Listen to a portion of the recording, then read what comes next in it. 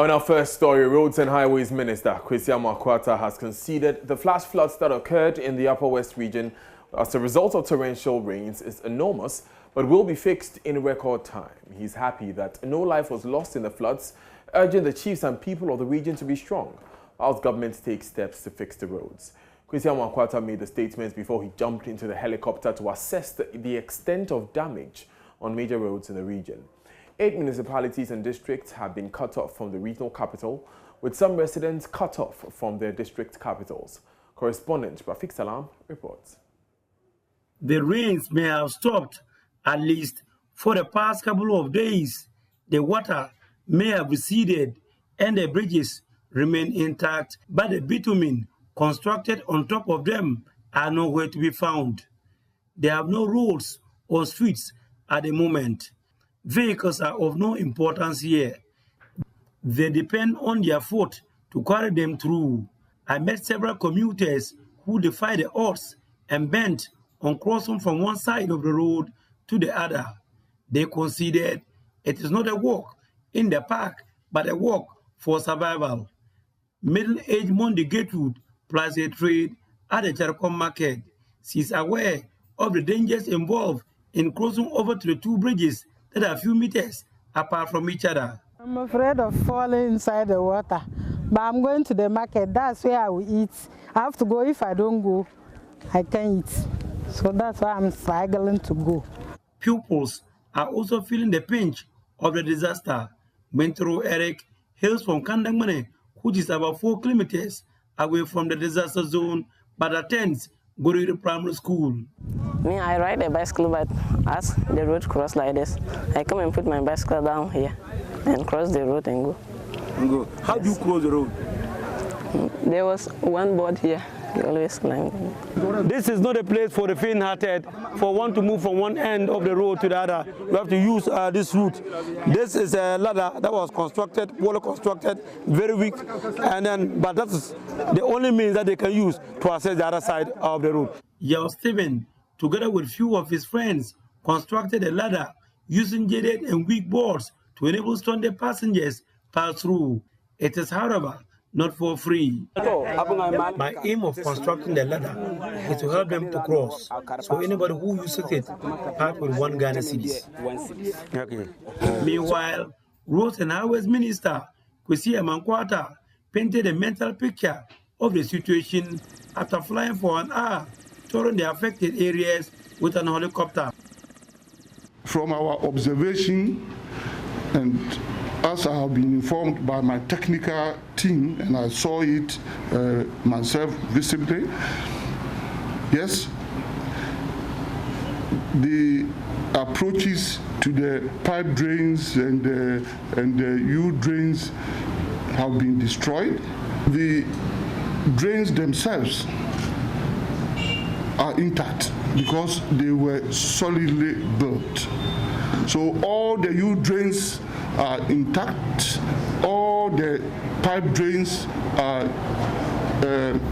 culverts are in place. We are going to make use of boulders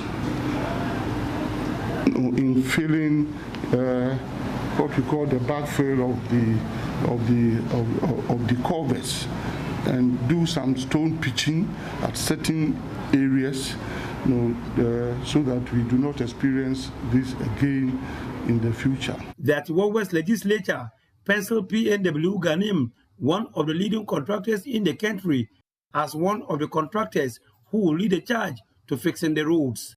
We want the people of this region to know that it's not a regional matter. This is a national matter and is going to be treated as such. It's an emergency situation and it will be given an emergency treatment with all the powers that are at the disposal of President Akufo-Addo and his government. Reporting for Joy News, Rafik Salam, Goriri. Regional NADMO Director for the Upper West Region, Ahmed Mustafa, appealed to the public to come to their aid as they support the thousands who have been displaced by the floods. We are talking about farmlands being affected, and we are talking about houses that are equally being collapsed. And some of those houses that are actually being collapsed are part of the people whose farmlands are equally being washed away. So it's a mix of feeling reactions that we currently face in the region. Do you have a number? Yes, we do have the number of farmlands that have been washed away. The number of acres as of now is about 700. Per the preliminary situational report that we currently have on the ground, indicate that 722 farmlands have actually been washed away. And the number of farmers is 1,605. So okay. The number of houses that have equally been collapsed or washed away by the flood is 80. And the individuals that are currently displaced are 336. From how many communities? For the communities, we have aggregated into districts. In the Nadole-Keleo district, we have 165 communities. Then in the Jirapa municipality, we have 16 of them. And then the Fiama Isabuse district, we have about 155 communities being affected. Wow, you definitely have your work cut out for you. That's right. That's why we are using your medium to reach out to organizations, civil society groups who are into disaster management or other relevant disciplines to come to our aid. Because just like the Rose Minister have indicated, this has become a national issue and not the Upper West for that matter. So we are reaching out to every organization that have anything to support this vulnerable to come to the RCC, chaired by the regional minister, and we'll be grateful to those individuals. Away from that story, work on the construction of 88 district hospitals has started across the country under the government Agenda 111 project at a cost of almost $17 million. The project, when completed in 18 months, will deliver to each underserved district a world-class health facility capable of attending to all major ailments. Now, at Trede in the Ashanti region, President Akufo-Addo sought for work to start, in which he describes as the biggest investment in the health sector ever undertaken by any government. Addressing in Durban, the president said making Ghana the center of excellence for medical care in Africa by 2030 remains his priority and counts on the project to attain this feat. Construction of the Achima Kwanwoma District Hospital. Work on the other 87 sites also commence today. The acquisition of the remaining 13 sites will be completed shortly for work to begin. Each hospital is being constructed at a cost of $16.88 million United States dollars. That is 12.8 million United States dollars for construction and 4 million United States dollars for medical equipment. All the hospitals are to be completed in 18 months. Work will commence on the regional and other hospitals in the latter part of the year. These modern, fully equipped state-of-the-art hospitals will have facilities for outpatient services, including consultation facilities for medical and surgical cases, ophthalmology and dental services, a physiotherapy unit, maternal and child health unit, public health unit, 4 state-of-the-art surgical theaters for maternity, obs and gynae, accident and emergency, and for general surgery and imaging facilities. In addition, each hospital will have the full complement of male, female, pediatric, and isolation wards. Provision has been made for support facilities, which will include a kitchen, laundry, sterilization department, mortuary, energy center, maintenance department, and staff accommodation for doctors, nurses, and other health workers.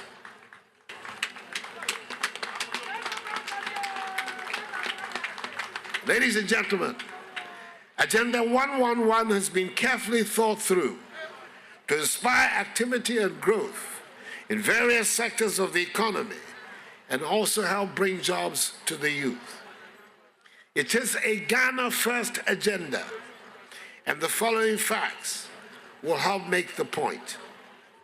Firstly, a consortium comprising some 20 Ghanaian consulting firms made up of architects, civil, structural, electrical, and mechanical engineers, quantity surveyors, biomedical engineers, and other technical teams have designed these hospitals to reflect our unique domestic requirements, including impact of climate, socio-cultural conditions, and traditional practices. They will also supervise the construction of these hospitals, which will be built by some 250 domestic contractors and maintained by domestic facility management professionals as part of government's policy of developing domestic capability in the building and construction sectors of the economy. Now, during that event, the president also disclosed some unique facts that influenced government's decision to invest in the Agenda 111 initiative. However, embattled Health Minister Kweku Agyemang-Manu said government is constructing COVID-19 treatment centers across the country as Ghana's cases surge. Treatment centers have been constructed at the 37 military hospital, Pantan and Dodua. These have been completed and they are in use at the moment. Works are currently also ongoing for these treatment centers at the Kumasi Treatment Center at Sewa, at the Kulundebota region, Zebila in the Upper East region, Sevia Sawenso in the Western North, and Kolebu in Accra. Other sites are Sunyani, Takrady, Nalerigo, and Cape Coast. Excellency, all these treatment centers have got financial coverage, and we have promised to complete these in good time for our use. Whilst the government is putting in measures to provide the necessary infrastructure and the requisite medical equipment, I appeal to all and sundry to adhere to the COVID-19 protocols of hand washing, wearing of masks, and social distancing to mitigate the effects of the pandemic. With these unprecedented investments, His Excellency the President will not waver in his commitment towards deepening healthcare delivery at all levels and ensure that Ghanaians have access to high-quality healthcare. And now, ladies and gentlemen, to conclude, I will urge the community to cooperate and take good care of personnel that will be posted here when the facility is completed. Give them the necessary support so they will in turn give up their best. We are building a partnership, and the long may this partnership continue. I want to thank you for your attention. We turn our attention to COVID-19 now, and a virologist at the Kumasi Center for Collaborative Research, KCCR, is warning of a higher death toll if Ghanaians fail to adhere to the COVID-19 protocols. Ghana has seen a rise in COVID-related deaths recently, though the active cases keep declining. Now, speaking to Israel Lai on the AM show, Dr. Michael Usu said the Delta strain, which is more easily transmissible and has found its way into the community, kills faster than the other strains earlier recorded in Ghana. You know, this variant is about 70% highly transmissible than the Alpha variants. And because it's highly transmissible, what it means is that more people are infected. And if more people get infected, more people will get severely sick and more critical ailments. And therefore, you will expect more people to die. Ideally, the number of new cases should correlate with the number of active cases that we record. And this should also correlate with the number of deaths. But we have a limitation. You know that the deaths that we are seeing is not daily deaths. These are not new deaths that are being recorded because of perhaps challenges with getting the report from the various facilities to verify whether this is due to COVID or not COVID before the data will finally be put in the system. So it is possible that The deaths we are seeing are just cumulative numbers that could have happened sometimes a week or two ago before it's put in the system. So it is difficult to tell whether the deaths, why the deaths are going up, active cases are going down, because the deaths could have occurred a week or two or three before. Until you are able to record number of new deaths to match with number of new cases, a number of active case counts, it's difficult to really make a good meaning of these three numbers. So if you have to plot a graph of the number of new cases, number of active cases, and the number of deaths, you realize that all the three lines have to go together. And as active cases increase, you will expect deaths to increase, and number of new cases will also increase. If the new cases goes down, active cases will go down, and deaths will go down. Now, Dr. Owusu lauded the Ghana Health Service's approach of vaccinating residents in hotspots communities, describing it as a step in the right direction. Period to have a single-dose vaccine. One, because of the compliance rate.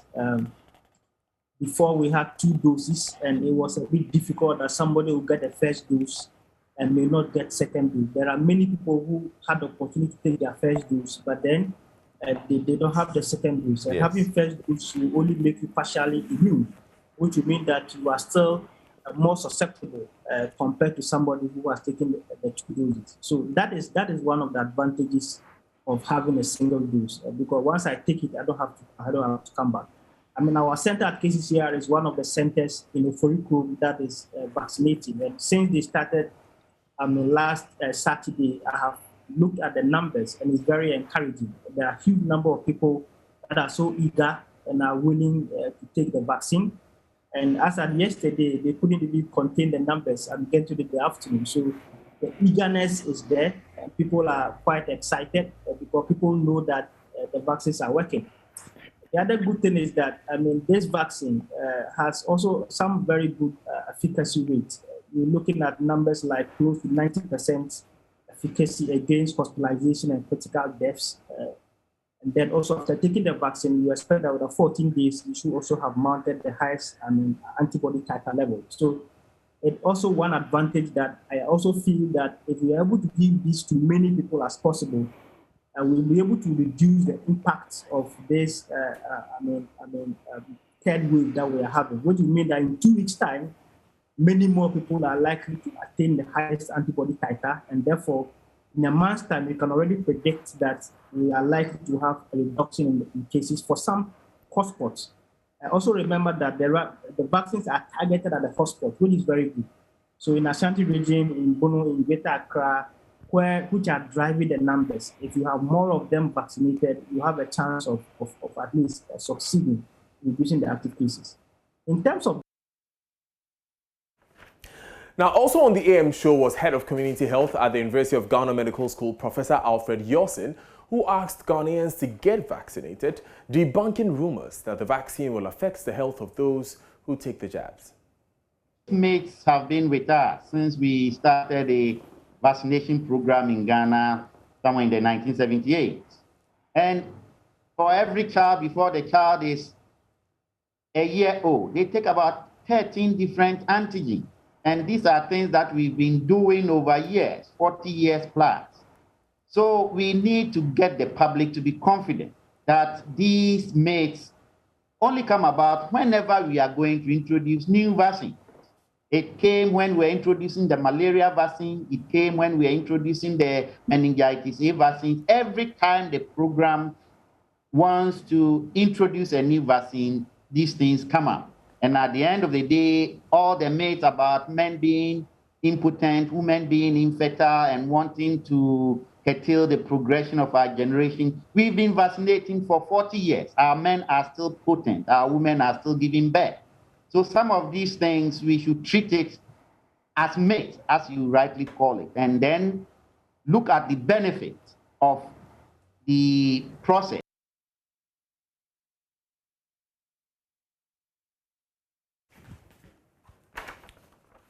Now, education think tank Africa Education Watch has petitioned the Ghana Tertiary Education Council, GTEC, to look into the incident where a reverend father was videoed kissing 3 students on the lips in front of an auditorium full of cheering students. Africa Education Watch wants a clear distinction between religious practices of a priest and the school's acceptable code of conduct. Let's look at that statement.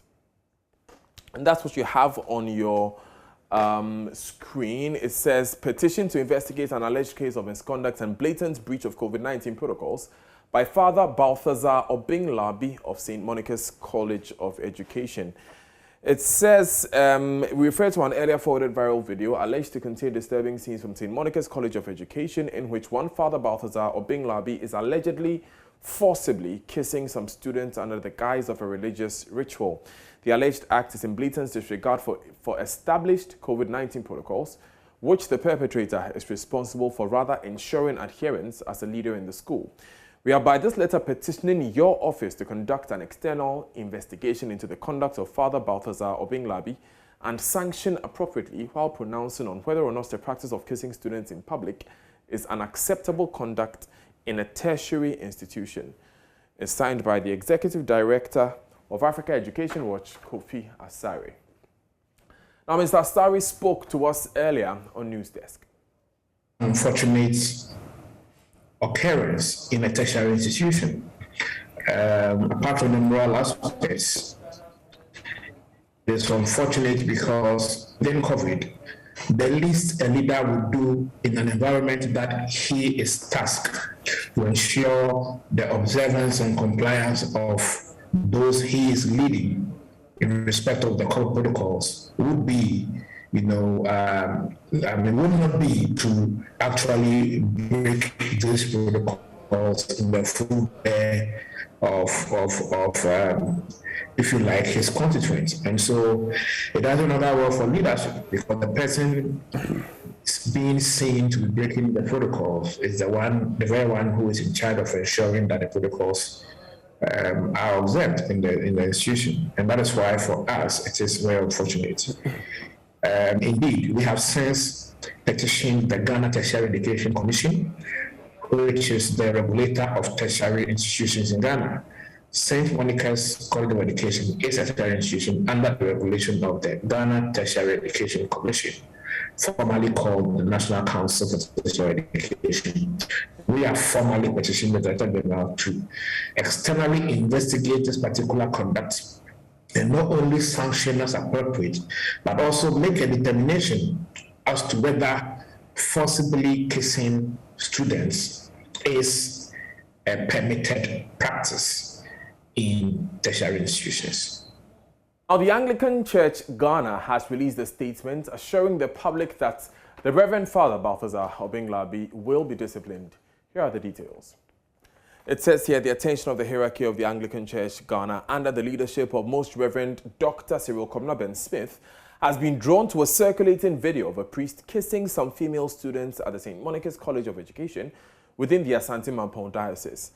It says the church is saddened by the news and wishes to state expressly that thorough investigations has immediately been instituted into the matter, and the action of the said priest would be dealt with in accordance with the norms and values of the Anglican Communion, where morality is extremely revered in the church. Now, all further clarifications on this matter could be addressed, and the number is there, but all efforts are being made to engage the students concerned through counseling sessions to avert any psychological issues that may arise as a result of the viral video. It's signed by Reverend Dr. George Dawson Amwa, or Venerable Dr. George Dawson Amwa. He's Executive Director to the Metropolitan Archbishop of Ghana. Now, the Executive Director of the ARC Foundation, Dr. Angela Dramina Boaje, welcomes the church's reaction. From scriptures that there's something called the Holy Kiss. But we also know as Christians that we read our biblical text within context, and that even our understanding must come to us also within a certain cultural framework. Now, the word of God is supreme, but it's worked out in our daily lives, according to the context in which we live in. And so, while this may not be strange in a certain cultural context, I think it might even be strange if it's happening between the opposite sexes, assuming it was even the Holy Kiss. because my understanding of the biblical text on holy kiss is actually something that, you know, the men did to one another on the cheek in that culture.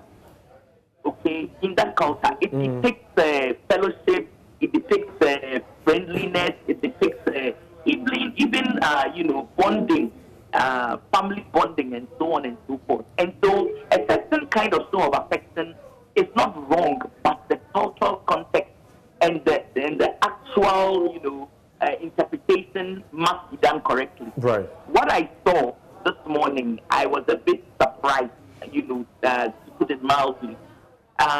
Even if you look at the video, well, you see that the females, the last part that I watched, she seems to be resisting in a certain way, you know, unless I was reading it wrongly and they are used to it. But then there was still, the embrace was still, one was even longer than the other. Oh, I was asking myself, what exactly is going on, especially within the historical background of knowing the church leaders, not all, some have greatly abused their authority and they are over students and over pupils and so on. We can't run away from the fact that we have had these things in our churches, some of which is continuing. So seeing something like this is troubling, to tell you the truth. But I would want it to be properly investigated. Maybe something that has gone on over a period of time and it's normal in the school. However, is it something we still want to encourage? And we are also looking at the issue of COVID challenges around this time. I'm not sure exactly what we are seeing here. Now, Heming Terrier has been speaking to some people in the school's host community and shares his findings. There's a wild condemnation from the residents of Mampong against the conduct of the Reverend Minister, whom a majority describe as Reverend Father Labi, though we are yet to speak to Reverend Father Labi. There are concerns from the residents against his actions.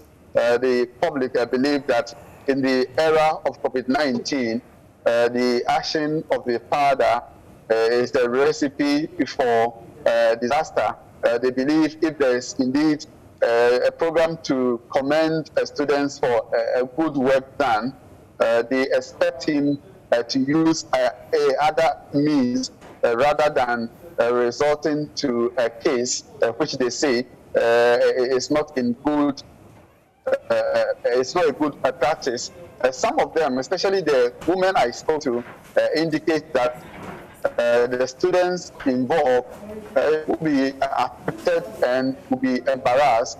Even when they go out in public, people will be pointing, accusing fingers at them. And they say these are not just students. Some of them are married women, so they expect the Reverend Minister to know better. And to some extent, they say the action of the minister should not go unnoticed. It should be reprimanded by the church and then the school authorities as well. And if possible, the state should take interest in the action of the Reverend Minister. You're live on Joy News today. Let's stay in education, and 446,321 candidates have begun the West Africa Senior School Certificate Examination WASSCE in 965 countries across the country, or schools across the country, pardon me. Now, today, visual arts students have been hard at work on the practical aspect of their examination. Mamiesi Nyamenche Thompson reports. Behind me, some activities going on there. Those are students working on sculpture and leatherwork at the Accra High School. And these students are working for their future on these projects. They have been working for 2 weeks to come to do this final project that they are working on right now as I speak to you. There are also some of the students in their classrooms writing their papers. So on the WASSCE timetable, these students are visual arts students. They have started their practicals yesterday and are continuing throughout this week. I am told that they'll be doing this for about 2 weeks before they start with core French orals and also English orals sometime in 2 weeks' time. And so the WASSCE has begun officially from yesterday. Here at the Accra High School, students looked very calm, relaxed, especially those doing their practicals. Others who will be writing the French and orals, you can see them in cliques and in groups who are trying to, prepare for the final day. They have been sharing ideas, learning from one another. And so that has been my observation from some of the schools that I've visited, like the Accra Girls' School and others. And all the best to all 446,321 WASSCE candidates whose exam began yesterday.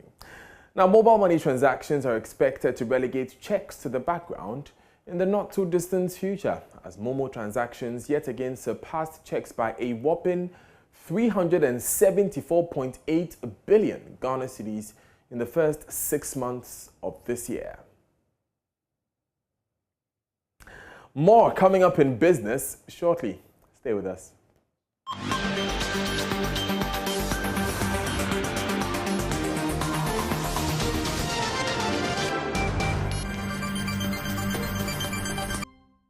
Hi, good afternoon. Time for business. My name is Darryl Kwao. Mobile money transactions are expected to relegate checks to the background in the not too distant future, as mobile money transactions yet again surpassed checks by a whopping 374.8 billion cedis in the first 6 months of this year. This is according to data from the Bank of Ghana. Charles Nixon Yeboah has more. This is against 232 billion cedis recorded in the first 4 months of this year and 389 billion cedis registered in the full year of 2020. If the trend continues, the full-year transactions for 2021 could exceed 600 billion cedis. It is therefore not surprising that the central bank is introducing the ECD at this time to boost the cash-light agenda. According to the figures from the Bank of Ghana, the value of mobile money transactions in the first 6 months of this year was estimated at a little above 476 billion cedis, whilst that of check transactions was 101.9 billion cedis. Now, the significant use of Momo for financial transactions indicates that we are gradually getting to the time, whether sooner or later, that many Ghanaians or retail consumers will largely prefer using their mobile money account for deposit of funds transferred than resorting to the banking system. This should alert the banks to re-strategize in order to position themselves well to benefit from the share of Momo before losing out entirely to the telecom firms. Ghana continues to lead a league of countries in West Africa in terms of Momo transactions, but still trails quite a number of countries in the East and Southern Africa. The Ghana Hotels Association is urging the Tourism, Arts and Culture Minister to prioritize formulation of a partnership between the public and private sectors. It says Dr. Ibrahim Mohammed Awal's dream of promoting domestic tourism will be actualized if there is effective partnership with stakeholders amid a third wave of the pandemic. Now, President of the Ghana Hotels Association, Dr. Edward Akanyamike Jr., has also been addressing concerns about high hotel rates. We are still in that state of, should I say, some amount of fear and panic in terms of the virus. And it has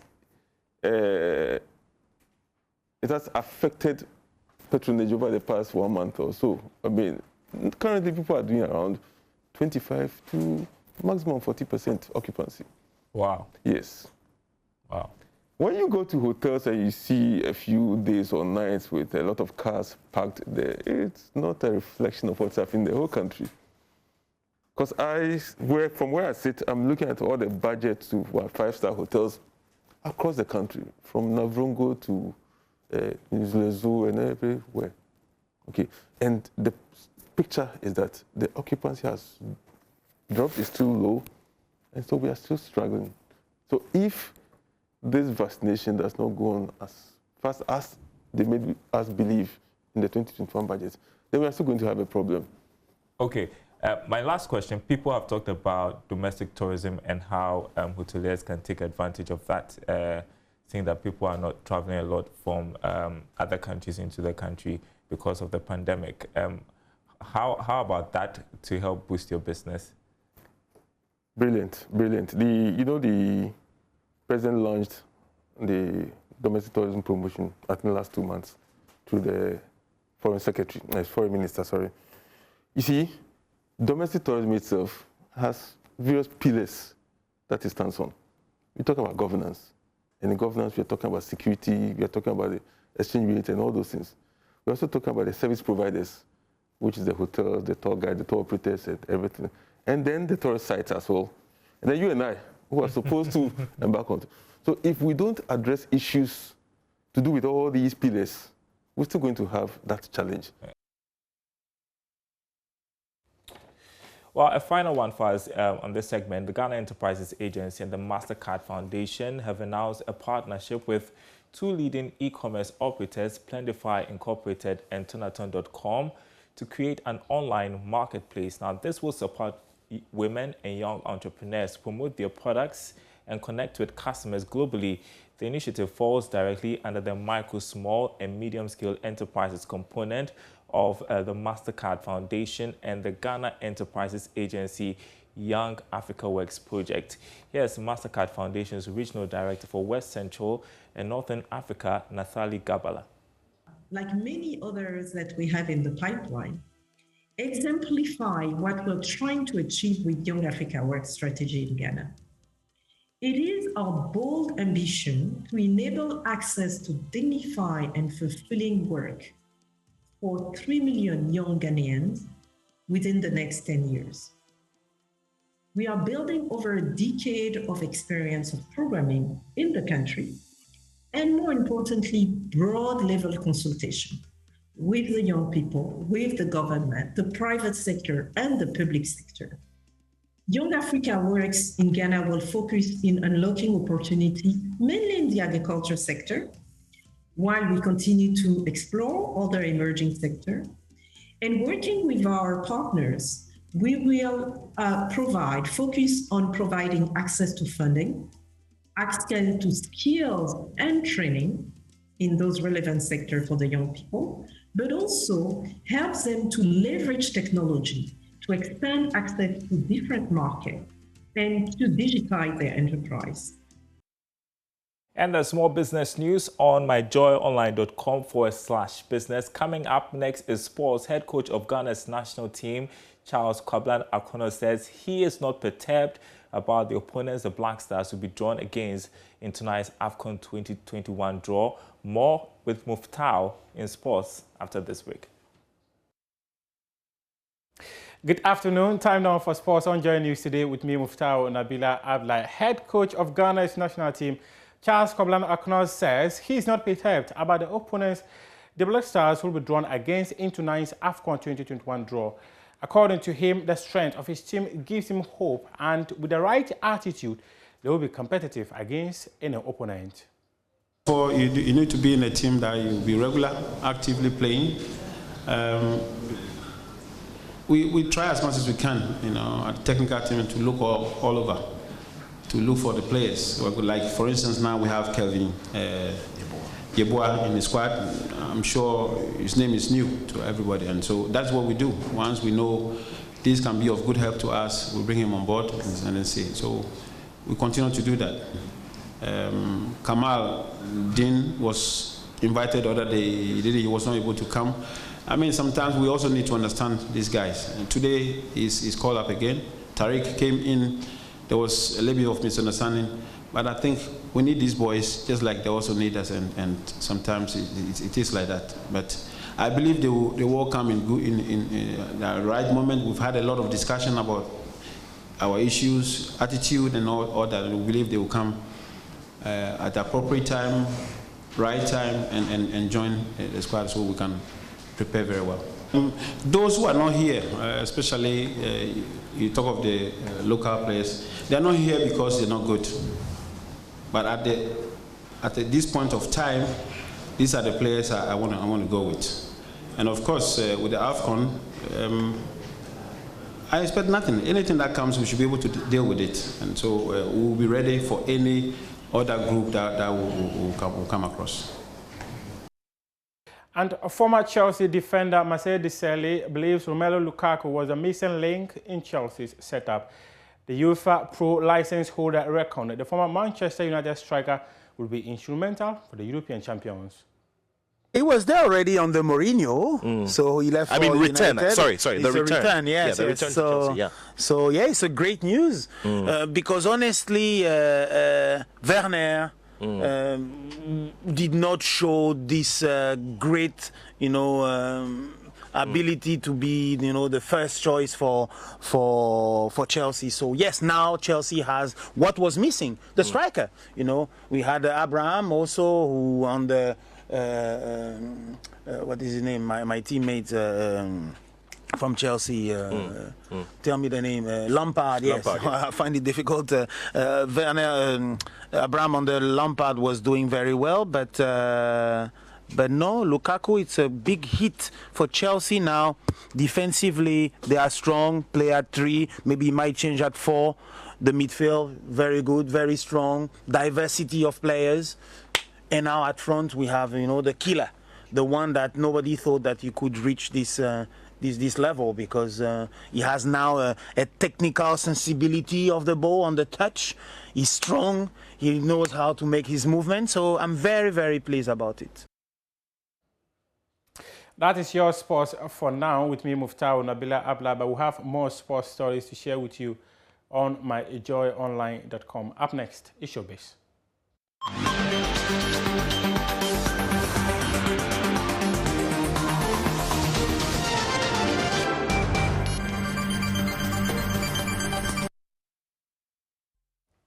Good afternoon, welcome to Showbiz here on Joy News Today. Now, High Life musician KK Fosu is advising the youth to wake up and work towards their future because they are responsible for themselves. In an interview with Joy News, the musician outlined a number of things he's up to, including inspiring the youth to venture into the agri sector.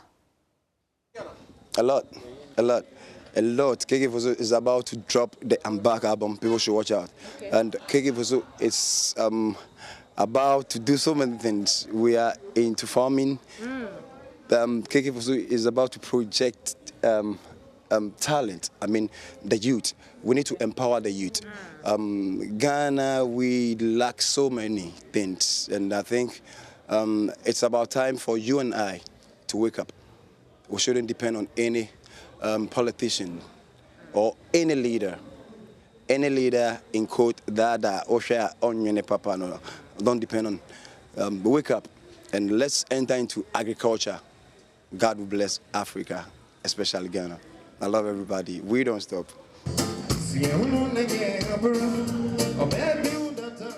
Away from KK Fosu, Ghanaian comedian Foster Romano says not performing a Samini song as part of his act on stage is like going to a comedy show with no jokes. The comedian, after his performance at the 3rd edition of Trinity Concert, spoke to my colleague Ibrahim Bembako.